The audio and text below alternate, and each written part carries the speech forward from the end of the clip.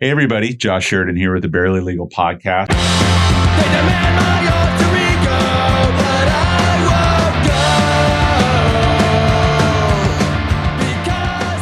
won't go. On today's show, we have a special guest. She is a stand-up comedian. She is a author. Is this your first book? Yes. Okay, an author. She's a friend of my wife. She's married into Hillsborough County royalty. So there's an abundance of things for us to talk about. On today's show, we have Darcy Greco. How are you? I'm good. How are you? Good. Are you a Tampa native or? I'm not. Okay. I'm from New York. Oh, wow. But Well, that makes sense. Yeah, like the cold part. Like I'm almost Canadian. So Yeah. my A's are strong. So like Syracuse or? Rochester. It's worse. Oh, okay. Yeah, it's even worse. I had family that was, so my dad was from Albany and then his sister lived in Syracuse. And so we used to go up. Is there a Fayetteville somewhere around there? Yeah. Yeah, I think it's because I have family in like Fayetteville, South Carolina, North Carolina, and then I have Fayetteville, New York. So I was not sure if I'm getting that right, but yeah, ridiculously cold. It is. There's Yeah. a lot of shoveling and ice and salt. How long were you up there? My whole life. I was really? born and raised, and then I moved when I was like 19. So Oh, okay. I've been down here for a little while. Sisters, brothers? I have 3 older half brothers. Okay. They're awesome, and all my family's. Is that why you're a comedian? Like, yeah, putting probably. up with their shit for yeah. all of your I was the years? youngest, so Yeah. that's easy. You gotta Yeah. either give it back to them or Yeah. yeah. We'd go to like my dad's house. So my parents were separated when I was very young, and so we'd go to my dad's, and it'd be like my dad always went to his father's house, so we were at my grandfather's house, and it'd be like the 4 boys, well 5. With my grandfather and then like me. So I don't even think they realized I was a girl until I was a teenager and I had like girlfriends and like, they're kind of hot. Maybe we should be nicer to our sister. Yeah, they forget that you're like, not. oh, we're going to get pizza for you guys. Cool. It's always, so I think about this. You have 2 little boys? I have a little boy and I have a little girl. Okay. So I have a little boy and a little girl. My daughter's 4 years older than my little boy. And I always find it interesting, the impact of number of children, order of children, sex of children, because there's so much that plays into that. I, as an only child, have spent a lot of time thinking about what impact being an only child has had on me. But also, you know, my wife is one of 6. There's 3 boys and 3 girls, and it's this whole other world. You know, it's really, your experience of life can change so much just based on your siblings and that sort of thing. So, you know, one of the things that I often talk about is guests who have older brothers. Their older brothers always introduce them to music. That's like kind of a thing. But girls who have a bunch of brothers become these like titans. They have the thickest skin, sharp tongue, just have learned to almost little sailor mouth. Yeah. Dominate them. So that happens quite often. So that's me. In any event. So high school in New York. Yeah. And then what brought you down here? The weather. It's very cold. Okay. Yeah. Well, now it's ridiculously hot. I mean, does it bother you or is it still a welcome reprieve? No, I love it. I wanted to move since I was very little. It was never really like a surprise to anyone. My dad used to say he was going to build like a little shelter of some kind. He didn't know I was going to go to California for like, you know, earthquakes or like hurricanes in Florida, but it was always on the So did you come list. down here by yourself? Or I did. And so I had girlfriends that moved to, one of my girlfriends, Tammy, she was moved down here to USF to cheer. Okay. For school. And then it was her and 3 other girls. They all cheered for USF and they needed another roommate. And it was like a great opportunity for all of us. What year was that? 2004, I moved. Okay. So a little bit ago now. Yeah, for me, you look to be in reasonable shape. I am, morbidly obese, and I get home from work and my kids want to go outside, and it's like, I will buy you whatever toy you want. I will give you any amount of cash for me not to have to go play out in this humid, muggy ass, mosquito infested just swamp that we live in. And I feel horrible because I want to be an active father, but I'm like, I'll build whatever you want inside the living room. I do not want to go outside. Yeah. It's just too much for me to handle. But anyway, so the comedy thing, is that something that started before you moved down here, or? No, I'm still new to comedy. I feel like I'm newer than I even say on the calendar month with the quarantine. I've been doing comedy for just about a year and a half now, but I really feel like I stay right at a year because March was my year. And then, you know, kind of felt like I went into like retirement. Time is irrelevant anymore. So you know, we live in this twilight zone purgatory. Exactly. But I started, I always had like an interest in it. When I was in high school, I actually, my junior year in high school, I was licensed, went through schooling to really cool, you know, all those part-time schools to do hair. Right. And they used to have cigarette breaks for these kids because a lot of them are troubled and they just very gentle with them. My girlfriends and I didn't smoke. So we'd have these huge, long, like 15, 20-minute breaks. And we go in the locker room and I would do stand-up for them. Yeah. Like random little, or just like really just off the top of your head? Yeah. Just whatever. And then, but it wasn't something you like become. It wasn't something I like was going to do. Right. And then later, my girlfriend, one of my best friends, I was always writing stories. Some are funny, some are kind of dark, whatever. And she just kind of was like daring me to finally do it. So, I mean, so brave. It's something that I've toyed with in my life. And I really got into following it pretty hardcore for a long time. You know, in fact, my inspiration for this podcast was Mark Maron's podcast, who you may or may not be familiar with, but he is a stand-up comedian. And in the early days of that podcast, every one of his guests was a stand-up comedian, and his conversations with them were very much, well, early on, you know, it's kind of a cutthroat world, as you've probably learned. I mean, getting time on stage, getting someone who takes your time, you know, the way people treat each other before and after shows, kind of the pecking order. There's a lot of kind of bittersweetness to the job. And so he would spend a lot of time talking with these people about their experience. And not only that, but like the psychology of why would you do that to yourself? Well, I mean, it's one of those things where you're putting yourself out there naked on stage. You don't have any instruments. You don't have any other people in the band.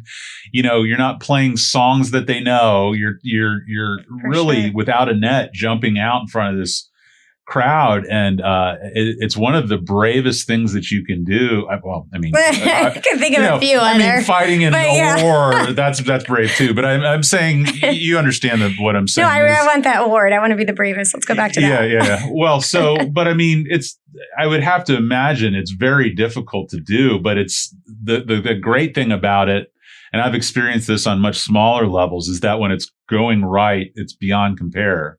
Would you agree? Have you had a night like that where it was just like everything was hitting? Oh, it's when the crowd is just getting it and where you're coming from, there's not really another feeling like it. Your lungs are filled, just everything's great. But then conversely, when it's not hitting, it's like, I'm not ever doing this again. I'm quitting. You know, I can't. Doing like Hail Marys before the show. Right. This crowd's not going to love my shit. Right. Well, one of the other things, no, you're fine. You can curse as much as you want. One of the things that I hear about a lot, and I think about this often, is with social media and how everywhere content is.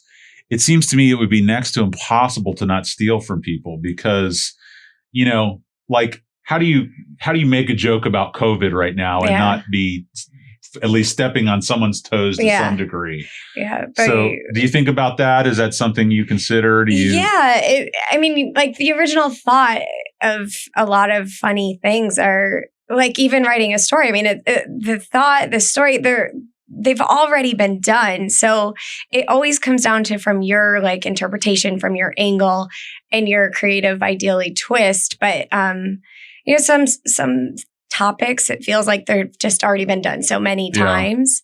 Like sometimes even like I'm a mom. So doing the mom stuff, I tend to I feel like I've been doing less of it because it just feels like every meme. Yeah. And you just like, that's not so that's the other thing. So there's copying and then there's the quote unquote hack, you know, like that's just everybody's doing that sort of thing. So finding a voice that is new or fresh, that's not taking from other people. I mean, very difficult to do, I would imagine. Um, Did you have heroes in comedy? Did you have people that you kind of looked up to or that you kind of model yourself after? Or I mean, I'd love to sit and list like a ton of people. I really don't get a ton of time to do like super follow people, but I mean, I definitely love. I like growing. I love Saturday Night Live. I love like the theatrical style. Sure. I love when there's kind of like a little bit of movement into what they're saying, which is funny because then when someone can actually do it without movement and they're very like dry, and like that's not my style, but I'm actually very entertained by it, and that's even. I mean, so they're all like all of the different styles, but I do tend to lean toward with like exaggerated facials and a little bit of movement or like the bending down and like really like harboring the feelings through the physical movement. I think it's kind of fun, and it might be like the dancer side of me that comes out. Do you write every day? I do. And how do you do it? Do you just talk into your phone or take your notes, or do you write old school scribble on a pad? I like hand and paper and pen. I journal every day, like a little. Where did that come from? All this writing. Nerd. I mean, was that something that you picked up from somebody, or was it a way to deal with anxiety, or how did that probably come about? I mean, I didn't used to do as much writing, and then like there, definitely like through therapy with some situations. Like it was always like I talk about it all the time. I go every week. No, so it's like it's a great therapeutic outlet for sure. Yeah. I run and I journal. I got really into The Artist's Way is a book, love, famous book, and she always encourages the morning pages is what she talks about, doing 3 pages. So I very regularly do 3 pages. It's like my goal, pretty much every day, if not maybe 6 days a week kind of thing. It's, but hand, paper, there's nothing like that feeling across an actual paper. It's not the same. Even it's true. When you do need to type something, I almost always at least start with paper and pen. Well, plus when I do anything on my phone, it's like I've had a stroke. Like every word's misspelled, the punctuation's abysmal. So I'm like embarrassing myself by what I'm typing. And it's like, anyway. Can you like make out the word you were trying to say? Oh, for sure. Now, do you do any writing on the stage too? Like, are you kind of figuring out a joke as you're saying it to the crowd and like kind of tweaking here and there? Like this part's working, that part's not working. Maybe I need a bit bigger lead in here. Maybe the button needs to be, Yeah, you kind of, and it's weird. Like some crowds will pick up. It could be how you even said it. Like that's the weird thing with comedy. Some people really grasp onto one part of the joke that you weren't even expecting. It's always surprising when someone laughs at a part you wasn't even the punch. Sure, You're like, oh, cool. That was like a bonus. Well, my wife and I say that all the time is we always, it's kind of a little elitist, wins here and there, but we never laugh at the punchline in a movie. We always laugh at the manner in which the joke was delivered or kind of an offhanded comment. Like that's something that usually resonates with us much more than whatever the big payoff was. So I definitely agree with you there. Now, one of the things that I know through my fandom of comedy is for a very, very, very, very long time, it was a man's world effectively. And I say that in several different ways. Number one is you couldn't get up on a stage barely at all in any kind of a big venue as a female. And not only that, but a lot of the subject matter was stuff that would never fly today, in kind of current society. And there's kind of pluses or minuses, with all that. I know that Dave Chappelle talks a lot about cancel culture. Like I can't say anything that's funny without. So it seems as though more than ever now, you're having to vector all these spinning plates. Like I want to be funny, but I don't want to offend these people, but I want to say this, but so it's almost like a minefield that you're navigating. Yeah. Do you feel that way or do you? For sure. I mean, and then to a degree in the same notion, it's like even whether you're a male or a female, you think you're jumping through hoops, especially right now, everyone's a little bit more sensitive to things, which is long overdue in a way, but on stage, there's just that humor side that you're trying to pull in. And, the concept that anything could be funny, even like dark situations, there's dark comedy, which for me I would say would be more of like my genre that I lead into dark comedy over like sexualized comedy is just, I don't do a ton of that. It's just not what I'm into. Sarah so Silverman's dark. one of my favorites. Yeah. And she just, she can be the dirtiest person in the room and she gets away, I just think she's amazing. Exactly. So that's like being able to say something that, so one of my brothers is in a wheelchair from basically like Jackass style recreations. And, so I've had like some wheelchair jokes and it's always like, you just tighten up. The room like tightens up when you start doing something that is you're not supposed to say. And I specifically am doing these jokes. My brother loves it, by the way, because he's like, there's never enough wheelchair jokes. Like I even say that as part of the bit, like, there's never enough wheelchair jokes. And it's the idea that anything could be funny if you're doing it right or with good nature. But, like he was saying, I want to laugh too. Like it's funny. Like my legs are attached, but they don't work. And like, there's like, it's frustrating and you get bitter, but it's better to laugh and, not murder people. So just talk about it. This is something that happens on my show constantly is I get amnesia and I forget names of people, but there's a stand-up comedian. He used to date, who's the very popular blonde comedian right now. She's had a bunch of movies out recently. The last name is what's her name? Senator. She's related to a senator. Mm-hmm. Oh my God, this is gonna kill me. Her. This is really bad. Bear with us for a second. Anyway, there's this comedian. He's pretty big, and he does more kind of build-ups to jokes, but he does like a Casey Anthony joke, and he does. I'm trying to remember what his name is. Oh, this is going to kill me. Anyway, we'll come back to it. I'll think of it. So stylistically, are you more story form? Are you telling long stories, or is it more, build up punchline, that sort of thing? I don't think I have the memory capacity to do the like one-liner style. I always find it fascinating, but I have to tell you a story, and ideally you're just tagging it up more and more as you run through it. But What's I would the be longest lost. set you've done?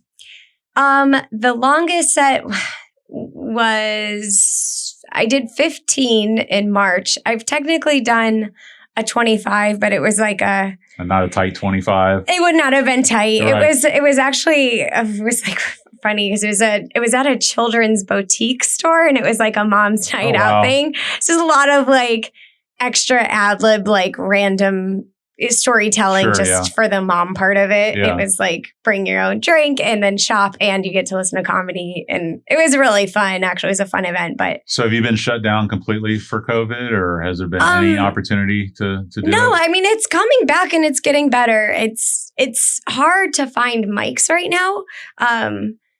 It's hard to get. You can't do it at a bar. You got to do it at a restaurant because the bars are closed. Yeah, most of the bars are, I mean, so like even some of the coffee shops, like on average, and I am by no means even one of the like most regular, there are people that do comedy way, way more than I do.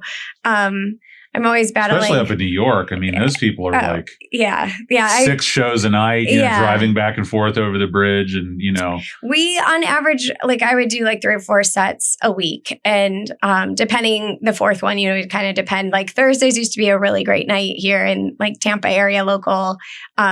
You could sometimes get 3 just in one night, which was a great, or like definitely could. What are the big clubs locally? You got the one down in Side Splitters. You have, Improv. Yeah. And then. What was the one that's on North Dale Mabry up there by? Side Splitters. That I love them. Yeah, they're so wonderful. BT's incredible. What's that? BT. He runs it.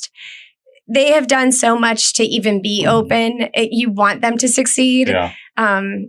He's one of those like club owners that watches. I don't think I've ever been there where he's not. He is so invested into it, and it comes through with his heart and his, just helping the comedians. He's always got our back. I've seen him actually kick people out for heckling the comedians. So let me talk to you about that. Have you had hecklers? I've only very fortunately had really like 2 experiences on stage. And both of them, they're drunk. They're just drunk people usually. They're not typically people who are like out. I mean, that does happen, but your average heckler is drunk and thinks they're just as funny. Like it's they horrible. imagine they are me nuts. I saw like the comedian. I saw Jon Stewart at Ruth Eckerd Hall. I saw Jerry Seinfeld there. I saw Dave Chappelle there, and people just screaming out and like, you know how much money we spent to come and listen to not you, but this person up there, and it's never good. And I'm a big music person too, and normally my musical tastes, as you can tell, lend to louder music that you can't hear hecklers. But I went and saw Iron and Wine and Jeff Tweedy from Wilco at Tampa Theater, and you know, they're these very thoughtful singer-songwriter acoustics. And people just play this, play that. And it just ruined the fucking experience for me. And the thing that killed me is the tickets were expensive. A lot of the people in that balcony are members of Tampa Theater. So these are like surgeons and shit yelling out at, just drives me nuts. Yeah. So I don't know how I would ever handle that. I am definitely not good at it. Some people are amazing at it. I love watching people who can handle. Catherine Maloney is amazing at like just really handling any crowd. I think some people are just biding their time till someone says, Jeffries, the Australian guy, we saw him at Ruth Eckerd Hall, and someone said something to him, and literally like an additional hour's worth of material, just based off of just reducing that person down to a smoldering heap. What about crowd work? Is that something that you're good at or working on? Or I'd say working on, but I don't even know. I don't know that would ever be my strong point. I get like totally fine talking like in one-on-one with someone, but when you're talking one-on-one and like it's like you're being watched. I mean, everyone's watching your private conversation of like bashing someone, and it just feels like, oh God, this is gonna hit wrong or something. Yeah.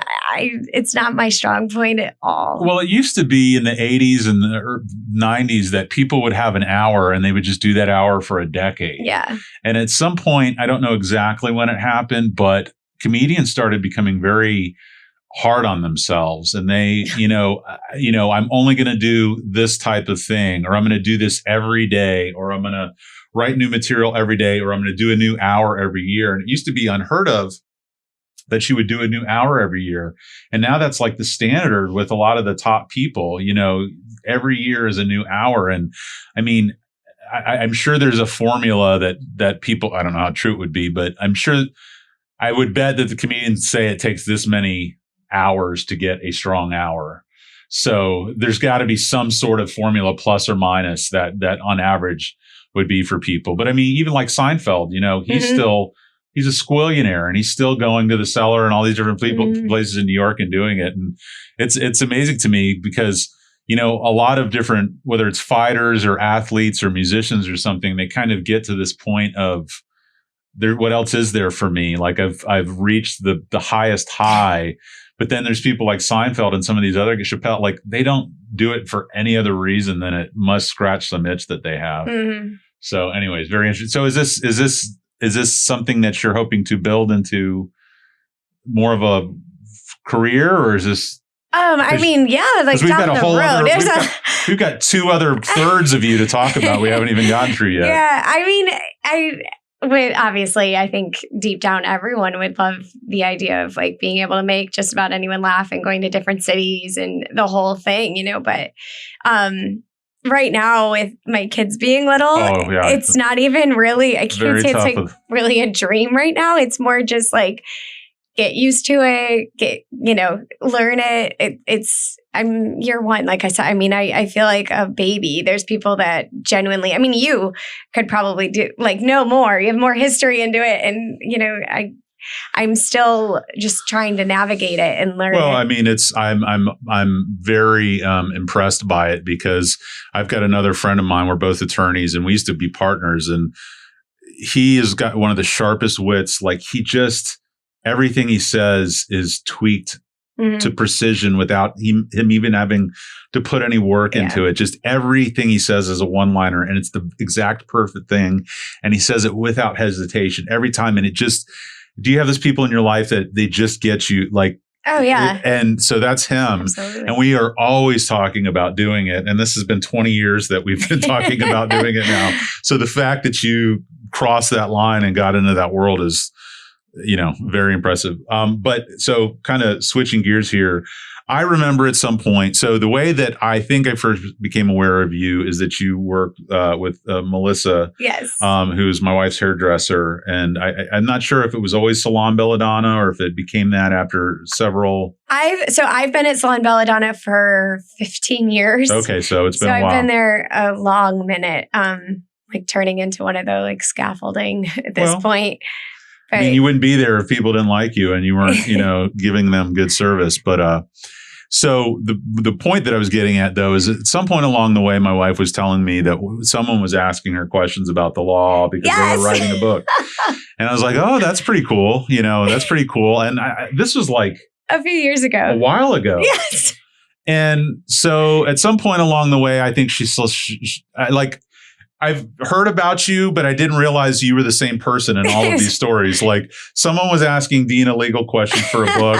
Somebody that's a friend of Melissa's as a comedian. Somebody, all this stuff. And then at some point I was like, oh, wait, that's all you. It's all one encompassed body. Right. And then we at some point became friends on Facebook. And I saw within the past couple months, you start talking about this book that you wrote. Yes. And all of a sudden, the thing started clicking. It was like, oh, this is the book that she was writing that she was asking Dina about and all this other stuff. Poor Dina would come in. By the way, just to clarify, because I know you've probably not gotten a chance to read it. If you I did order it. It's totally awesome. Even that, you don't even have to read it. But it was like specific questions. The book takes place in New York because it's easy for me to talk about. Sure. So New York and New Orleans, which is where it just goes back and forth.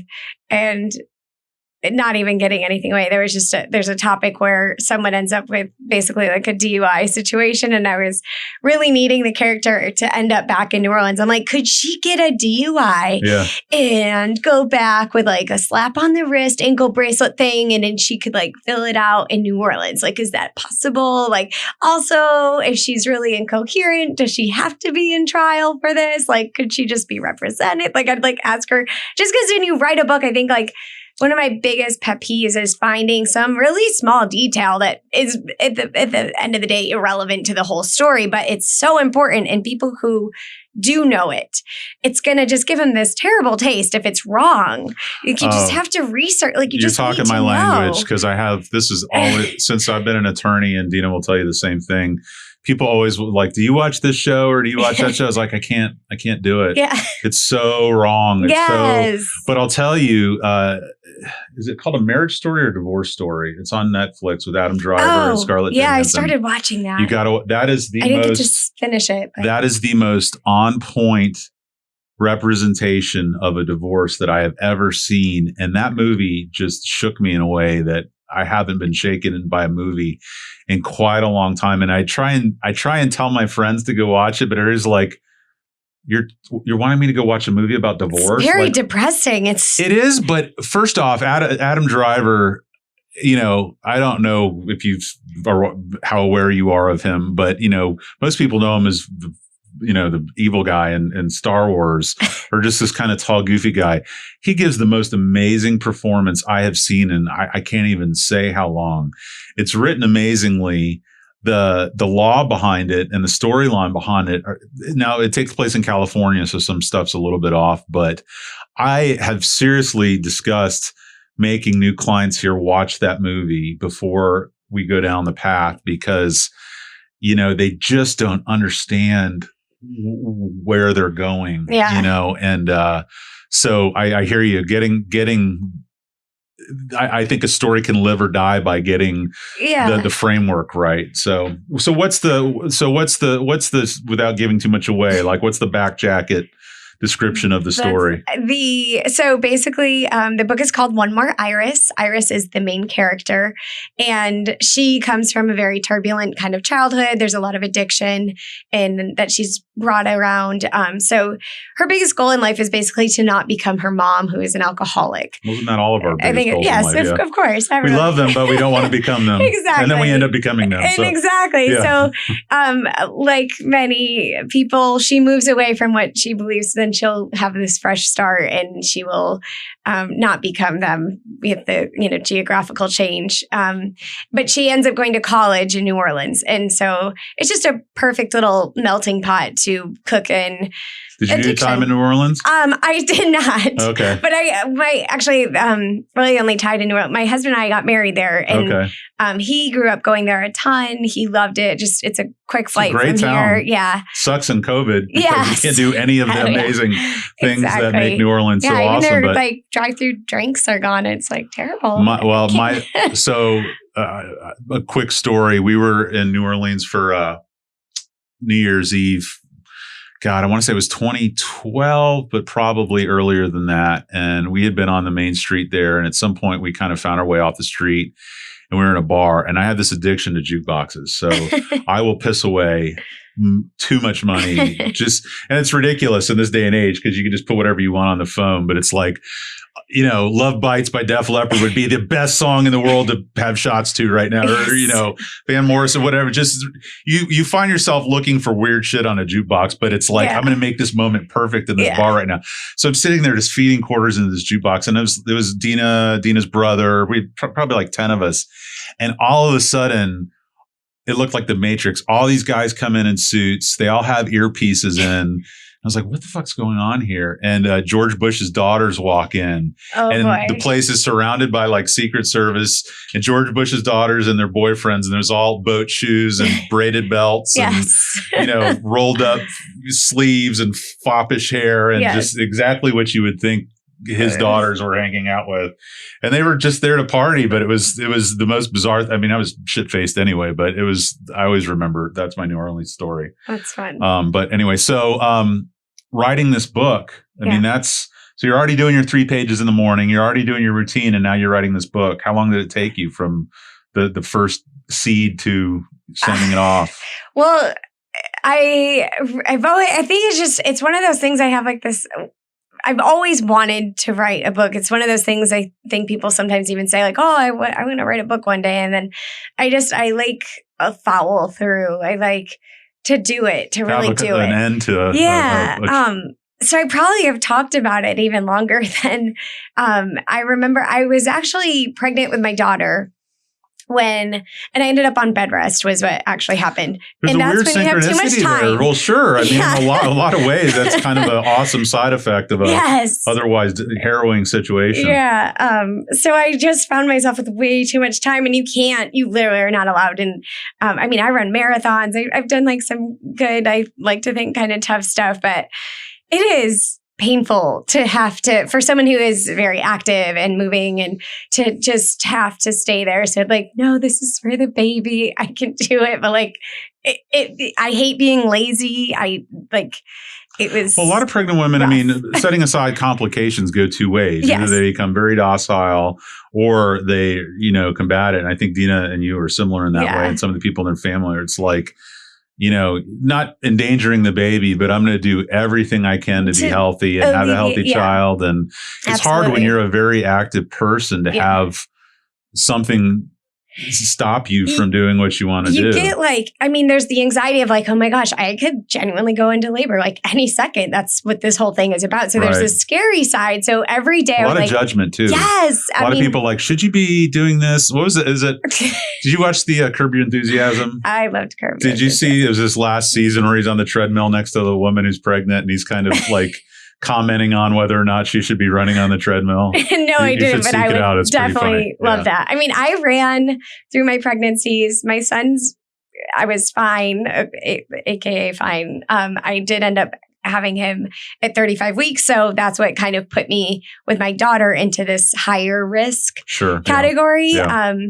But it was a great pregnancy. And then they told me I needed to stop running, but I was allowed to still swim laps. So then I was like, Michael Phelps in the pool. Well, I mean, that's supposed to be the best thing you can do because you're engaging every square inch of your musculature and doing that. So that's pretty awesome. Where'd you go? Did you go to Lifestyles or what's the one up here on Dale Mabry that's got the pool? Yeah, I had Lifestyles. I honestly am such a weirdo. I love swimming outside, so I'd go to the park and rec pools. Oh yeah, they're like great. They're kind of usually dead. It's usually like military or old people. Well, I hear people that just go out and they'll swim in the ocean, and that's a whole other They have bag of I think it apples. was Wednesday nights. There was because I for a little while got into triathlons, and they did like it's not far from the Don. They would meet and they swim in But the when you ocean. have a current and waves, and all, that's a scary. whole other deal. Yeah. Plus, I'm scared shitless of sharks. So Yeah, if you were there's born that. in the 70s, Jaws just scarred you. Like I still to this day can't go into a pool at nighttime. Yeah. It freaks me out.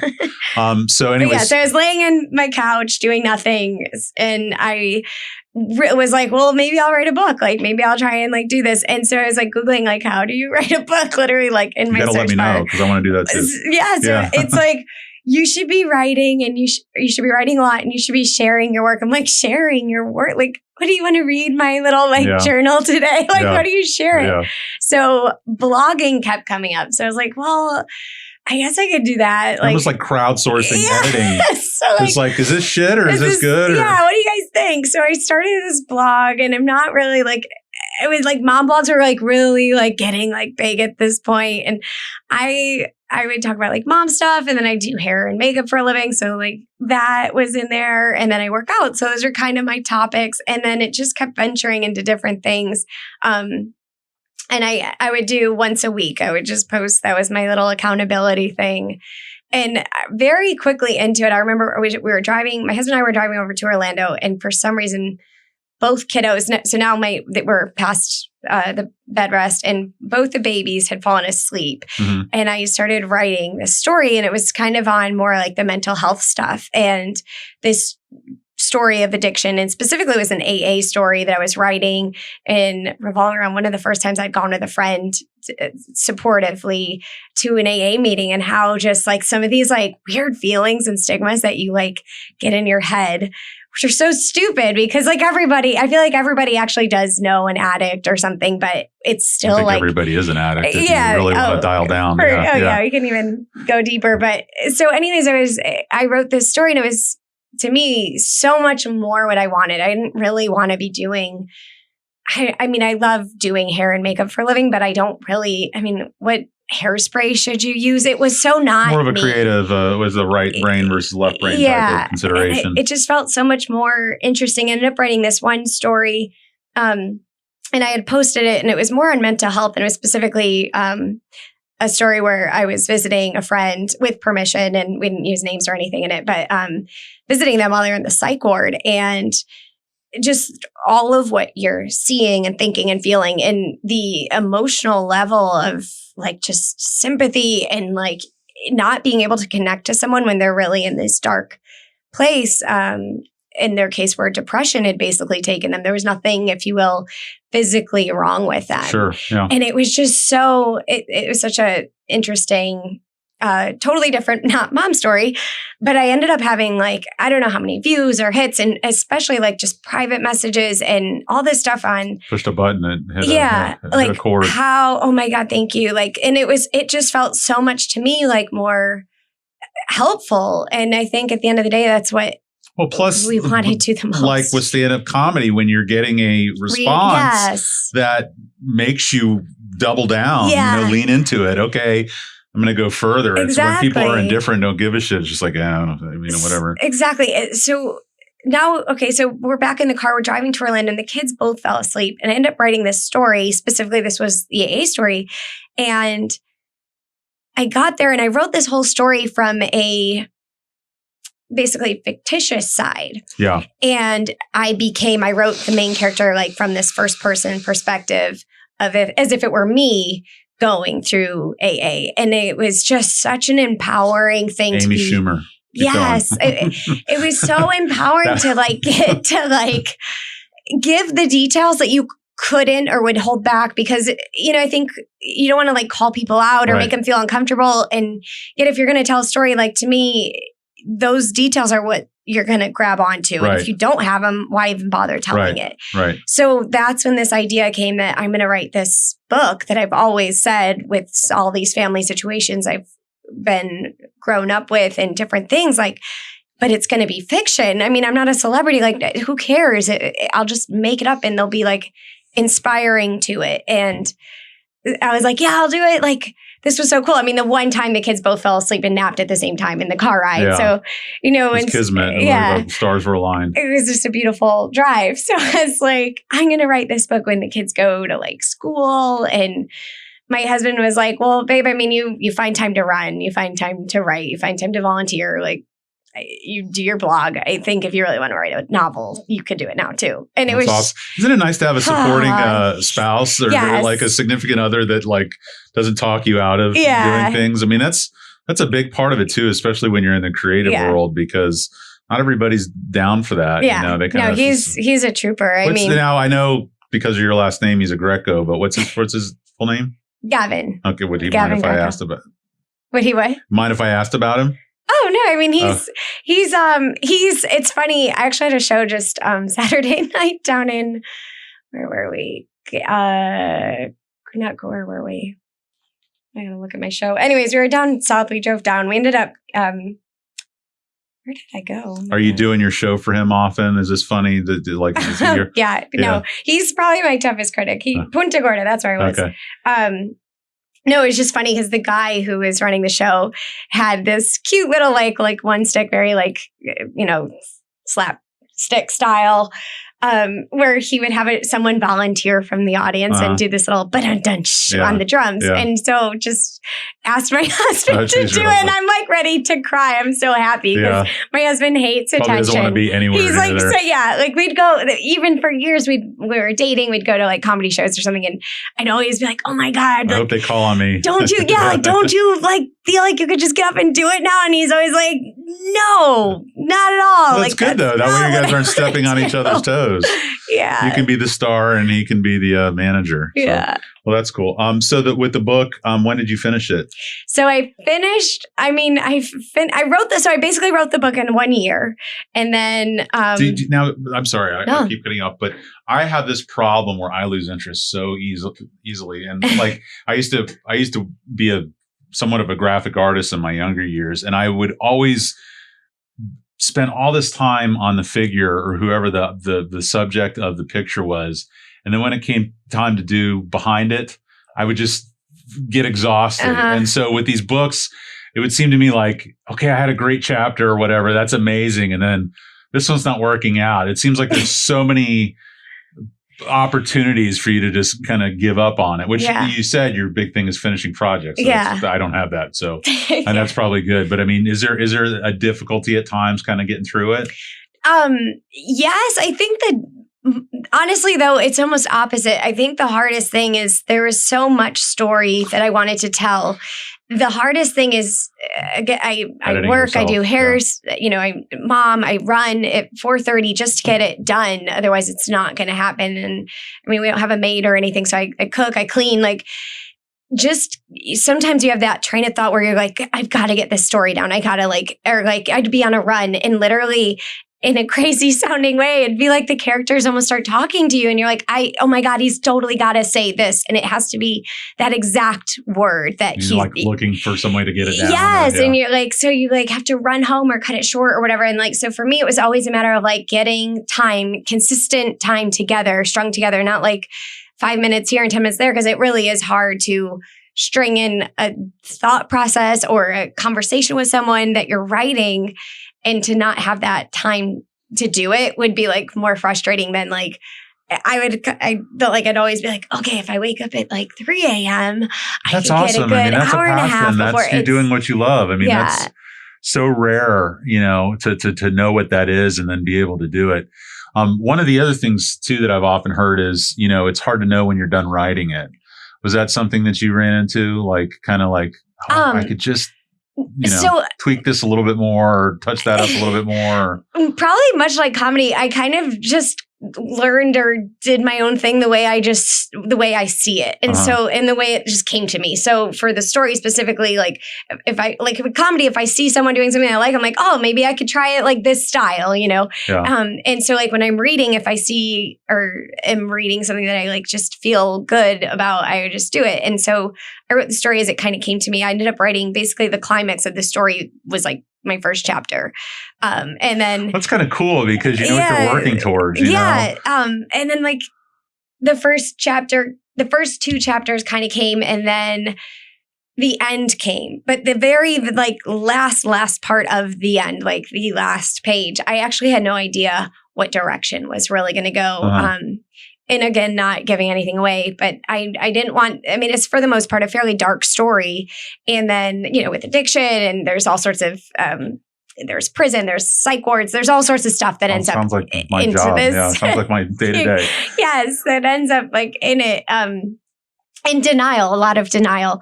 And so with a story like that, like it didn't, you don't really know how to like end something in the sense where, you know, you don't, does everyone have to die at the end or like, you know, is there like she's going to kill everybody or something like horrible? Cause it's just like a terrible like feeling to end a book with like a sharp tragedy. But then like, how do you tie it? You don't want to tie it in a perfect bow and skip off into a field. Like, right. So how can I make this satisfying? It was my biggest goal. And right. I remember the ending came to me. It was like, it was in the summer of, it was basically roughly right around March or so of that year when I started. And I actually did finish right around Thanksgiving, just because I don't know, crazy. And I remember it was about July. It was a really hot day. And I remember this whole like ending came to me and I was like, this is how it has to end. And it was just such a great feeling.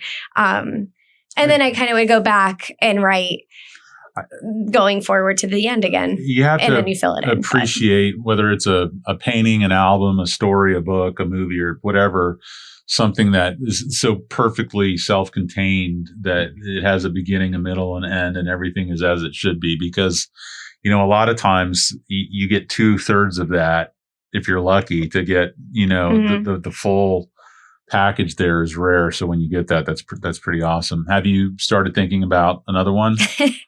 Sadly, yes. Okay. I hate that. You hate That's that the you have. answer. Yeah. I wish I could be like, no, it was done and I'm satisfied.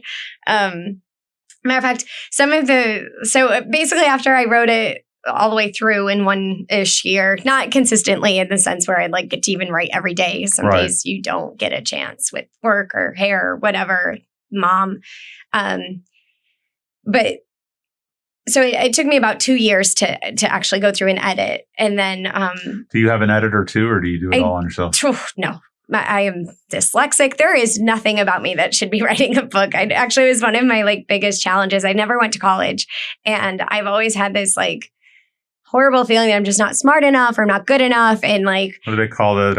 Imposter syndrome or whatever. Yeah. It's a terrible thing. And so I hate that I do that to myself. But I was actually so much of even like doing this book was just getting through my own like negativity of like, well, now you've kind of not being able to broken out of the chains and now you're unleashed on the world for number 2. Is it going to be similar in tone, completely different? Yeah. So when I was writing this one, it came to me that as I was starting to look up publishers and agents specifically, so you have to like query letter to agents. It's like if it was a football team and you're a football player, like it's easier to get in with your big team if you have an agent. Mm-hmm. Some teams and or publishers, they won't even look at you if you don't. So most commonly you query letter to agents and then they can ideally pick you if they do, and then they represent you into a publishing situation. But it's really beneficial to have more than one piece of work because if they're going to invest money in you and like do it, you're not a one-hit wonder. Yeah, exactly. So the idea of doing a second story came to me. And with this particular story, Iris, poor Iris, she goes through so much. The same character. And they specifically like trilogies, which I'm not. This is not an intentional for that. But yeah, I mean, they love when it's the color of the book, the way that the title, there's so much that goes into this. Yeah. Have you looked into that at all? Like I've heard people talk about, you know, purple books don't sell as well as green books and just ridiculous stuff. Yeah. Know? I mean, there is so much. I mean, I ended up using a graphic artist. She's in LA. Her name's Catherine Reyna. She's originally from Tampa and we were really good friends. She just happens to be, in my mind, brilliant, graphic designer. She's super cool. And she ended up doing this.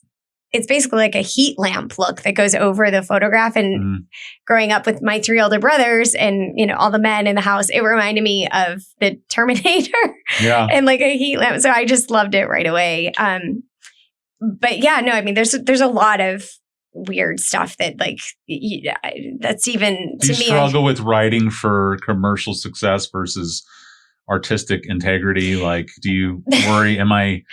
I don't do. I've never really wrote one part of anything for, I guess, commercial, if you will. It was really always just how I wanted it to be. And if it was good enough for people to read or like, or any ever go somewhere, great. But it was more just to do it. Well, that's cool. This character is going to so she outgrow the original story. Yeah, she ends up becoming, so instead of doing like kind of, okay, and then what's next? Because I felt like she just had such a long, rough road. Like I wish I got to read this. You're gonna have to come back after I read this because I'm sure I'll have a million more questions. But like I can't imagine, like, poor thing, like she can't have too much more. Like this is just rough. How much can one person handle? Yeah, like so it came to me that one of the things I love though is seeing like some of the same characters. So the next one, if I ever finish, in like 8 years, it'll be One More Allie.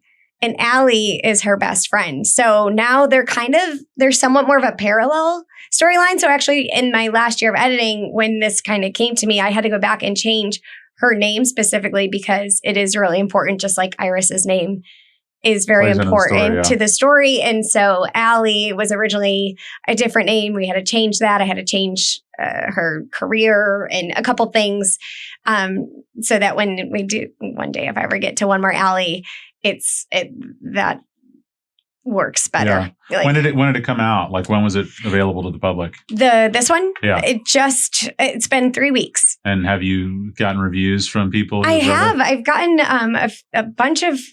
I'm more talking about friends and family who've read it. Yeah, actually, it's funny. There's a couple there's some friends of even family that have like private messaged me and they're like, oh my God, like, how did you write like this? Like, when did you learn to write like this? Weird, yeah.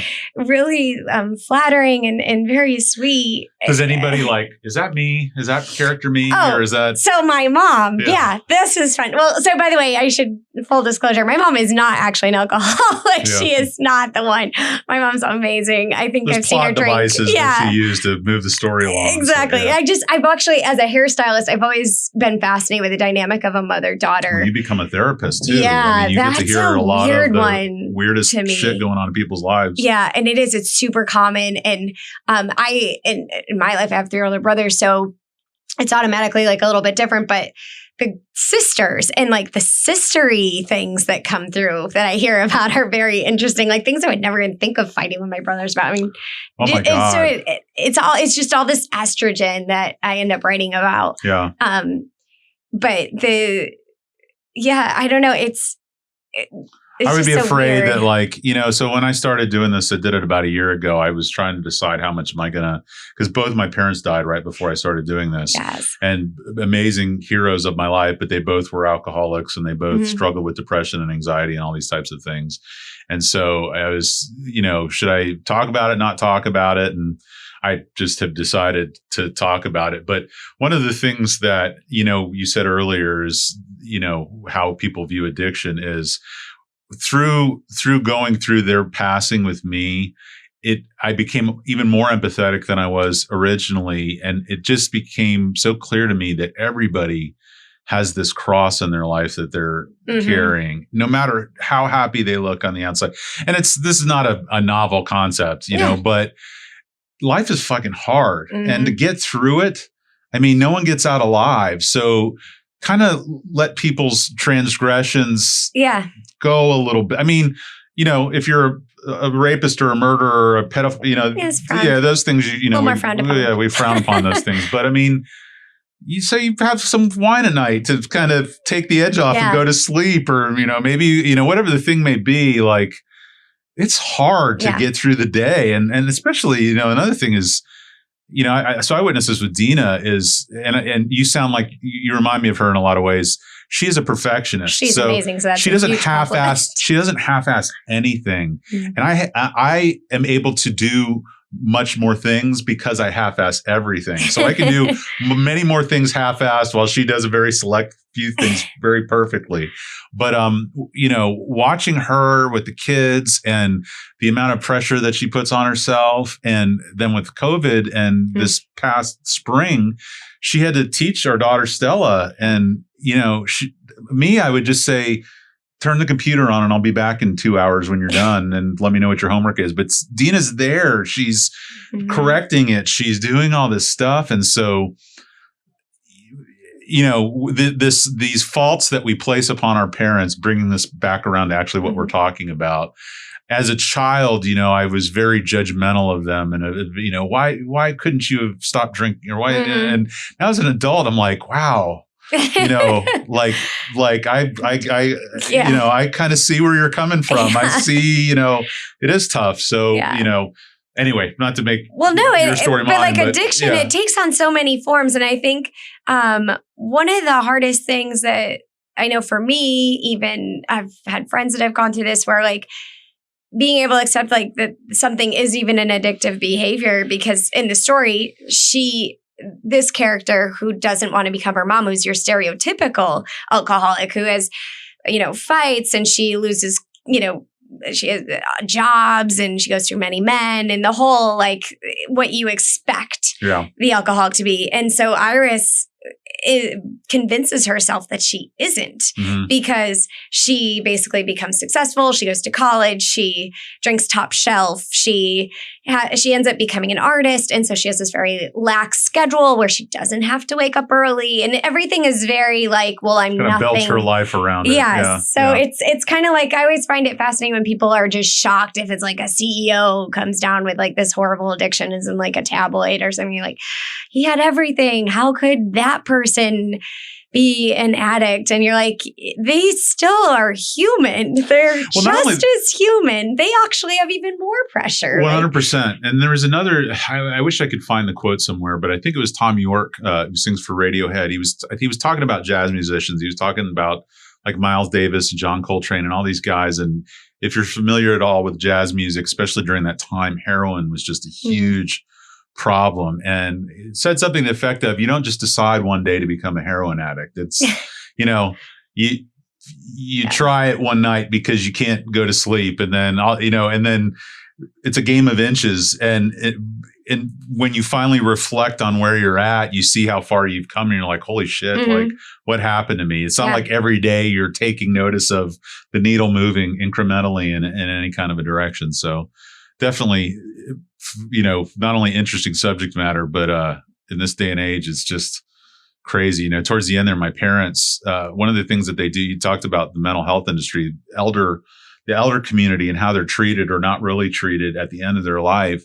They're just peddled medication. And my parents, towards the end there, literally, it was like shelves of like hydrocodone, Oxycontin, Xanax, Valium, all this other stuff. Plus they're drinking. Yeah. And just like, you guys are like Keith Richards, just not as interesting. You just, every morning I'd get a call that they were falling down. All this stuff was like, you're playing with fire. But that stuff's out there, and it's just so easy. When I started as a prosecutor, I thought, drug cases to me were coke and weed and crack and, all that stuff. But you barely even see those cases. It's pills, pills, and it ruins a lot of people who innocently, got a back injury and they got this prescription, and then all of a sudden it just got away from them. And it's crazy stuff. So anyway, well, so the Greco family, Gavin, I know Dick and I know Dickie, although I have a hard time calling Judge Greco Dickie, but people who know him, that's what they refer him to. So they're everywhere. I mean, that name you can't get away from here in Tampa. So, but Dick, as I was telling you before the show, I got the opportunity to meet him at a Friends of Joshua House event. Dina's on the board there, and I sat next to him and his wife, and just an amazing individual, just so charming and so amazing. The stories that he told, and he's one of those people that makes you feel special, like you feel like you're the only person in the room when he's talking to you. Yeah. And then after the fact, I think it was Judge Taylor, who I forget who it was, but I was talking to her, and she's like, "Oh, he told that joke to everybody." And I was like, "Oh," I was like, "I thought I made it." You got a good joke. I'm a comedian. I do the same ones all the time too. That's right. So the new book. How far along are you? Oh, I'm just in the infancy. I wouldn't even. I technically did the exact thing I did the last time I wrote one of the peak chapters, I guess, if you will. I don't know. It's probably not the climax, but it is a high point of interest in the book. So I got that through, and I don't know. Climaxes are great, and there was a period of time there where people just seemed to not give a shit about endings anymore, especially like the ending of this one is good. I like a strong, I like every word to the last one to be important. And so the way Iris is to addiction and kind of mental health addiction, Allie's becomes mental health into suicide specifically, not so much addiction, although that there's, flirtations in there. It's different, a slightly different story, but kind of equally as dark, if not maybe darker. Well, if you can pull off the trifecta, that's huge. Because I'm one of these children that were burnt by Lost, where it was like, okay, I'm in the 12th season. What the fuck are we doing here? Yeah. And the final episode, you're like, you got to be fucking kidding me. Yeah. I just gave away that many years of my life for this show, and you had no idea what you were doing. That kills me. That's why I appreciate shows like Breaking Bad and these other things where it's like the full arc is there. So that's impressive. And what about stand-up? Do you have more gigs booked? Right now, I don't even know. I don't have that much right now. I've had a lot of really cool opportunities just this month. I got to host a few times at Side Splitters. I got to work with Mike Riviera and Devin Siebold's awesome over in Orlando. Great Have people. You gotten to perform up in New York? No, I'm not. Is that a goal? Not during COVID, but yeah. Well, for sure. But I mean, that's kind of like the big show, right? Yeah. I mean, one day, again, I'm so like, you got the kids. I mean, that's right sure. Now. I mean, it's not. I love being. You have 4 careers going on at the same time, so obviously it's difficult. And plus, first grade now. Oh yeah, today we'll say. By the way, thank you so much for coming in the first day of school. I know that we had to move the time around a couple times because pick up, drop off, and all this other stuff. So. Well, I can't thank you enough for coming by. Just before we go, where can people find your book? Do you have a social media page for your stand-up? So promote away. Awesome. On Instagram, I'm just at Darcy Greco, and that's kind of my life. And stand-up, I post a lot in there. And also Darcy Greco on Facebook, and then also on Instagram, I have. One More Iris at One More Iris is my book page. So I do have a really cool thing. If you ever buy a book any time, if you can get someone to take a picture of you, or you can do a selfie kind of thing with you in your book, and you do hashtag finding One More Iris. And the goal is to see all the cool places that my book can appear. Yeah, super cool. Well, and that's been fun. And that's awesome. The website to buy the book is darcygreco.com. Come on, folks, you got to buy the book. Yep, it's available. I ask very little of you. Barnes & Noble, actually. Oh, is it? Yeah, Barnes & Noble picked it up. Books A Million, Amazon, and Amazon also has the Kindle form. And then one cool brag thing, which is funny, so I don't even know what I'm bragging about. So Amazon, according to my friend who went to buy the book the other day, she had a notification that there is one left. And then underneath it says more have been ordered. So I don't know how many Amazon actually bought and how many they're actually out of, but it's so cool that they almost are out of it. For sure. Do you ever go to the bookstore and just stand there and see who walks by and picks it up? Or well, no, it's not in the store yet. I'm not that cool. Maybe definitely one day, but it's online. But. So with this podcast, I get these notifications from Buzzsprout, which is what hosts the website. It's like, you have 3,500 downloads. I was like, okay, is that good? Is that bad? I don't know what I don't have any idea what that means. So I was like, I guess I'll feel good about it. They could have legit ordered I don't know, 20. And I'm like, they're almost all out. I have no idea, but it's cool anyways. I'm going to tell you. Yeah. We'll say it's a good thing. Well, again, thank you so much for coming by. It was awesome. And after I read the book, I'll have to have you back on so I can ask you specific questions. Yes. All right. Take care.